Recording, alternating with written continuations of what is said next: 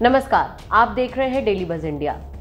हल्दी घाटी में किसकी जीत हुई थी, महाराणा प्रताप की या फिर अकबर की? भारतीय पुरातत्व विभाग यानी कि एएसआई हल्दी घाटी में लगे उन पत्थरों को हटाने जा रहा है जिनमें लिखा है कि हल्दी घाटी के ऐतिहासिक युद्ध में महाराणा प्रताप की सेना पीछे हट गई थी। दरअसल हाल ही के कुछ सालों में दावा किया जा रहा है कि हल्दी घाटी के युद्ध में महाराणा प्रताप ने अकबर को हराया था। राजस्थान के कुछ राजपूत संगठनों ने मुख्यमंत्री अशोक गहलोत को पत्र लिखकर मांग की है कि राजस्थान की साइड रक्त तलाई से वो पत्थर हटवाए जाएं जिनमें लिखा है कि हल्दी घाटी में अकबर ने महाराणा प्रताप को हराया था।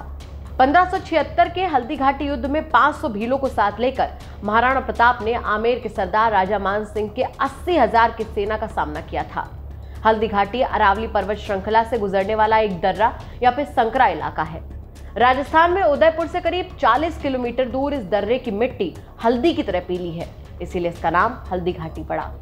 महाराणा प्रताप और अकबर की यहीं पर हुई लड़ाई को हल्दी घाटी की लड़ाई कहा जाता है, लेकिन असल में जो मुख्य लड़ाई थी वो यहाँ से 4 किलोमीटर दूर रक्त तलाई में हुई थी। इसीलिए रक्त तलाई का काफी ऐतिहासिक महत्व है। इसी रक्त तलाई पर लगे एक बोर्ड पर लिखा है कि हल्दी घाटी के युद्ध में महाराणा प्रताप की सेना पीछे हट गई थी। लेकिन कुछ इतिहासकारों और राजपूत संगठनों का दावा है कि इतिहास को दोबारा अच्छे से समझने पर उन्होंने पाया कि ऐसा असल में हुआ ही नहीं था। कुछ समय पहले राजस्थान के इतिहासकार चंद्रशेखर शर्मा ने एक रिसर्च पेपर जारी किया था। इसके मुताबिक महाराणा प्रताप हल्दी घाटी युद्ध के बाद जमीनों के पट्टे जारी किया करते थे। इस हिसाब से हल्दी घाटी के युद्ध में महाराणा प्रताप की जीत हुई थी, क्योंकि अगर वो हारे होते तो लोगों को पट्टे कैसे जारी करते। लेकिन क्या ये दावे सच है? हल्दी घाटी के युद्ध में असल में क्या हुआ था? कौन भारी पड़ा था, महाराणा प्रताप या फिर अकबर? इसे समझने के लिए हमें लिखे गए इतिहास की तरफ जाना होगा। चित्तौड़ के कुंभलगढ़ के कटारगढ़ के बादल महल में 1596 को महाराणा प्रताप का जन्म हुआ। ग्रेगोरियन कैलेंडर के हिसाब से तारीख थी 6 मई 1540। उस दिन तीज का त्योहार था। महाराणा प्रताप उदय सिंह के सबसे बड़े बेटे थे। उनकी मां का नाम जयवंता बाई था। उदय सिंह की कई और रानियां भी थी। उनकी छोटी रानी अपने बेटे जगमाल को चित्तौड़ का राणा बनाना चाहती थी, लेकिन महाराणा प्रताप के शौर्य को देखते हुए उदय सिंह समेत सभी सिसोदिया सुल्तान उन्हें ही सिंहासन के योग्य मानते थे। लिहाजा धीर भाई महाराणा प्रताप को अपने रास्ते से हटाने के लिए चालें भी चलती रहती थी। आखिरकार उन्होंने एक षड्यंत्र रचकर अपने बेटे जगमाल को ही राज्य का उत्तराधिकारी घोषित करवा दिया। 28 फरवरी 1572 को उदय सिंह का निधन हो गया। ग्वालियर के राम सिंह और महाराणा प्रताप के नाना अखिराज सोनगरा को पता चला कि जगमाल महल में है और उसके राज्याभिषेक की तैयारियां चल रही हैं। दोनों राजमहल पहुंचे और जगमाल को सिंहासन से हटा दिया। महाराणा प्रताप का राज्याभिषेक कराया गया। इधर दिल्ली में अकबर दिन ब दिन अपनी ताकत बढ़ाता जा रहा था। मुगलों और मेवाड़ के सिसोदिया राजाओं के बीच की लड़ाई 3 पीढ़ियों से जारी थी।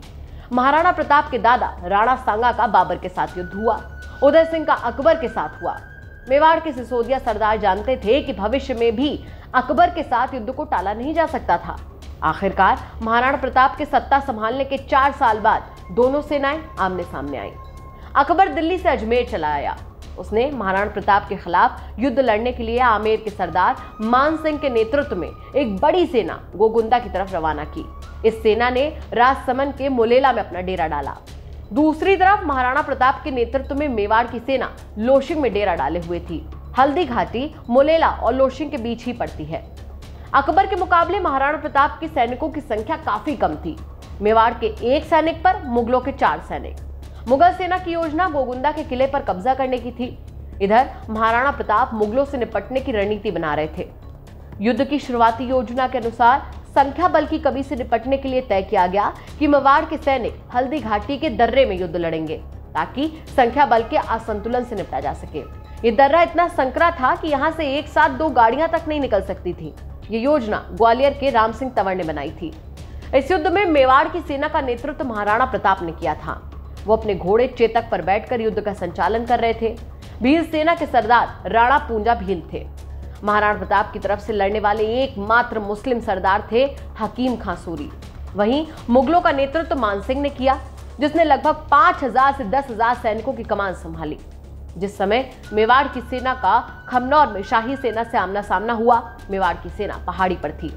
अगर आप दुश्मन से ऊंचाई पर हो तो आपकी ताकत 10 गुना बढ़ जाती है। युद्ध की शुरुआत में ये ताकत मेवाड़ की सेना के पास थी। मेवाड़ की सेना का हमला इतना जबरदस्त था कि मुगल सेना के पैर उखड़ गए।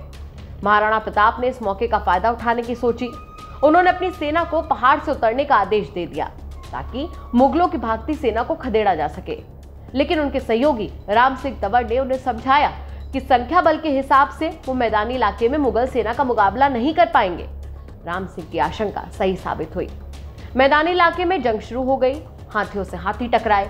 मुगल सेना महाराणा की सेना पर भारी पड़ने लगी। मान सिंह को मारकर युद्ध में वापसी करने की महाराणा प्रताप की आखिरी कोशिश भी नाकाम रही। महाराणा के मुकुट पर राजसी छतरी लगी हुई थी, जिससे दुश्मन उन्हें आसानी से पहचान लेते थे।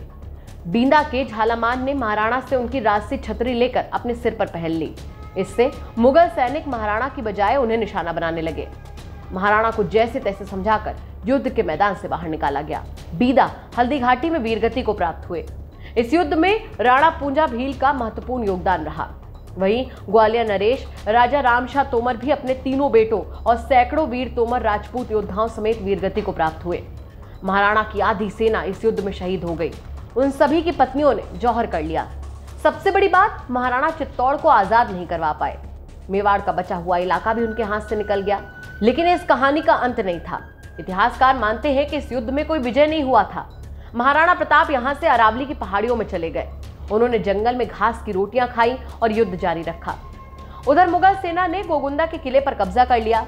अब तक ये किला महाराणा प्रताप का बेस हुआ करता था, लेकिन उन्हें इस पर कब्जा बनाए रखने में काफी मशक्कत करनी पड़ी, क्योंकि महाराणा प्रताप ने इस किले की सप्लाई लाइन काट दी, जिसकी वजह से वहां मौजूद मुगल सैनिक राशन की कमी से भूखे मरने लगे। यहां तक कि अपना पेट भरने के लिए मुगल सैनिकों ने अपने घोड़ों की हत्या कर दी। जब वो वहां से वापस लौटने लगते तो भील उन पर तीर और भालों से हमला कर देते। ये मुगल सेना के खिलाफ छापामार युद्ध की शुरुआत थी। भीलों की सहायता से महाराणा ने मुगल सैनिकों के मन में खौफ पैदा कर दिया। राणा के छापामार युद्ध की वजह से मुगल सैनिक मेवाड़ में कैद होकर रह गए थे। फिर जैसे ही अकबर का ध्यान राजपुताना से हटा, राणा ने अपने खोए हुए इलाके पर फिर से कब्जा करना शुरू कर दिया। हल्दी घाटी के युद्ध के 6 सालों के भीतर ही महाराणा ने भामाशाह की मदद से 40,000 घुड़सवारों की नई सेना खड़ी कर ली। 1582 में महाराणा प्रताप और उनके बेटे कुंवर अमर सिंह के नेतृत्व में मेवाड़ की सेना ने दीवेर के मुगल थाने पर हमला बोल दिया। इस हमले में मुगलों को बुरी तरीके से हार मिली। देखते ही देखते महाराणा ने कुंभलगढ़, गोगुंदा और उदयपुर पर वापस अपना अधिकार कर लिया। महाराणा ने अपनी ताकत इतनी बढ़ा ली थी कि कोई भी मुगल सैनिक उनके राज्य के आसपास भी भटकने को तैयार नहीं था। तो अब आप बताइए कि असल में हल्दी घाटी में किसकी जीत हुई? इस पर मेवाड़ के इतिहास पर अध्ययन कर रहे अभिजीत सिंह झाला कहते हैं कि हल्दी घाटी में अकबर की जीत की बात इस आधार पर कही जाती है कि महाराणा प्रताप युद्ध क्षेत्र से चले गए थे, लेकिन असल में वो युद्ध से गए नहीं थे। उन्हें भेजा गया था ताकि वो सुरक्षित रहें। उन्होंने अपना युद्ध जारी रखा, अपनी ताकत बढ़ाई और अपने तमाम क्षेत्रों पर वापस अधिकार किया। कई और इतिहासकार भी कहते हैं कि इस युद्ध में महाराणा प्रताप ही विजयी हुए। अकबर की विशाल सेना के सामने मुट्ठी भर राजपूत कितनी देर तक टिक पाते? लेकिन ऐसा कुछ नहीं हुआ। ये युद्ध पूरे 1 दिन चला और राजपूतों ने मुगलों के छक्के छुड़ा दिए थे। सबसे बड़ी बात थी कि युद्ध आमने सामने लड़ा गया था। महाराणा की सेना ने मुगलों की सेना को पीछे हटने के लिए मजबूर कर दिया था और मुगल सेना भागने लग गई थी। इतिहासकारों के अनुसार महाराणा की जीत का एक और सबूत यह भी है कि जब मुगल सेनापति मान सिंह हल्दी घाटी युद्ध के बाद अकबर के दरबार में पहुंचा तो अकबर ने फरमान जारी कर दिया कि मान सिंह कभी राज दरबार में ना आए। अगर मान सिंह हल्दी घाटी में जीत कर पहुंचा होता तो अकबर उसे इनाम देता, फिर उसके खिलाफ ऐसा फरमान क्यों जारी किया? अकबर का सख्त आदेश था कि महाराणा प्रताप चाहिए जिंदा या मुर्दा, लेकिन मुगल सेना महाराणा को पकड़ न सकी थी। इसके बाद भी रक्त तलाई के पत्थर पर लिखवा दिया गया कि हल्दी घाटी के युद्ध में महाराणा प्रताप को पीछे हटना पड़ा था। बीते दिनों कई नेताओं और राजपूत संगठनों ने इस पत्थर को हटाने की मांग की। उन सभी ने कहा कि इस पत्थर में कई गलतियां हैं। एक तो इसमें तारीख ही गलत लिखी हुई है। एनसीईआरटी की किताबों में हल्दी घाटी की लड़ाई की तारीख 18 जून 1576 है, जबकि हल्दी घाटी में लगे इन पत्थरों पर तारीख 21 जून 1576 लिखी है। राजसमंद की सांसद दिया कुमारी ने भी 25 जून को केंद्रीय पर्यटन एवं संस्कृति मंत्री से इसमें सुधार करने की मांग की थी। उन्होंने कहा कि लोगों को सही जानकारी मिलनी चाहिए। ये पत्थर 1970 के दशक में पूर्व प्रधानमंत्री इंदिरा गांधी की यात्रा के दौरान राज्य के पर्यटन विभाग ने लगवाए थे। एएसआई इन पत्थरों को हटाने जा रहा है।